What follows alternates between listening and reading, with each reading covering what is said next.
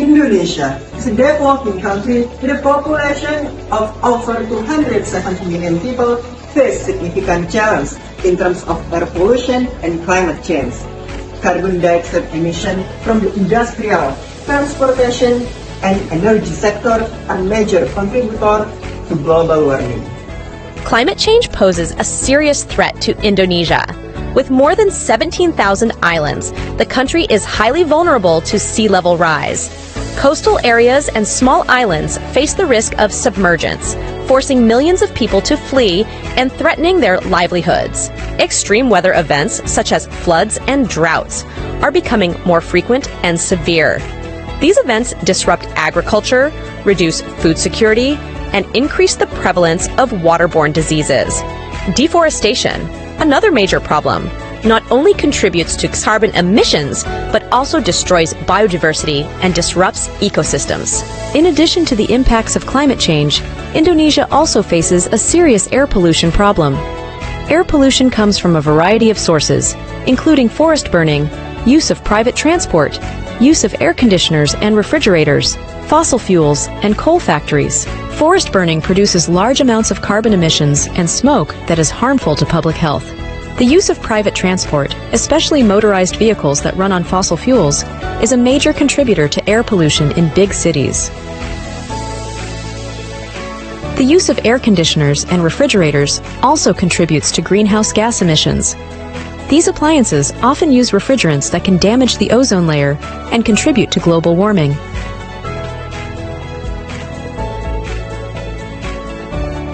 Coal plants are one of the biggest sources of air pollution.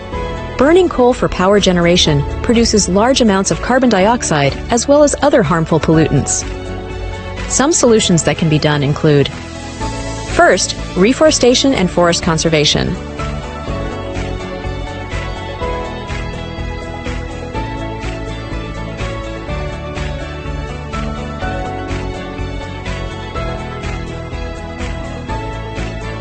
Second, increase the use of public transport and electric vehicles.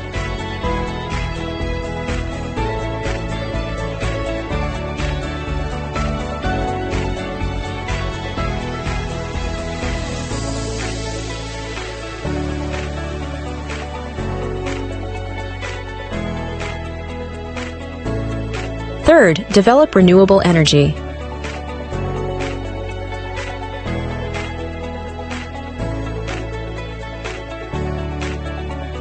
Fourth, encourage sustainable lifestyles.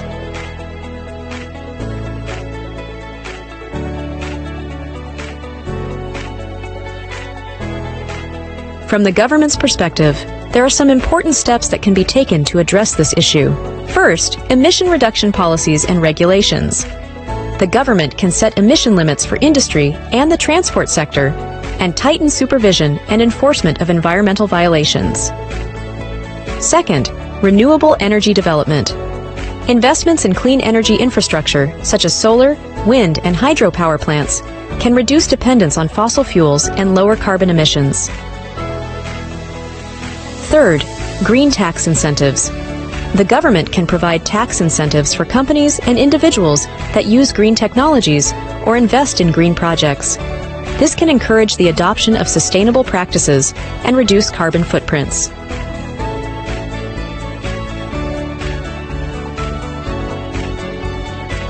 One important step in this endeavor is the introduction of a carbon tax.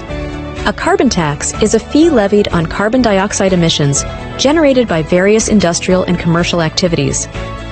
By paying a tax for every ton of carbon dioxide they produce, it is hoped that industries will switch to cleaner and more efficient technologies. The Indonesian government has set a carbon tax rate that will be implemented gradually. In the early stages, this rate may seem low, but over time, it is expected to increase to encourage more significant emissions reductions. Carbon tax in Indonesia is regulated in several key articles in the law and government regulations. Some of the key articles include: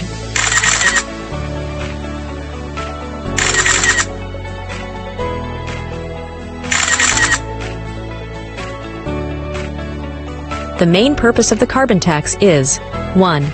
Reducing greenhouse gas emissions. Encourage industries and other sectors to adopt cleaner and more efficient technologies. 2. Improving air quality reduces air pollution that negatively impacts public health. 3.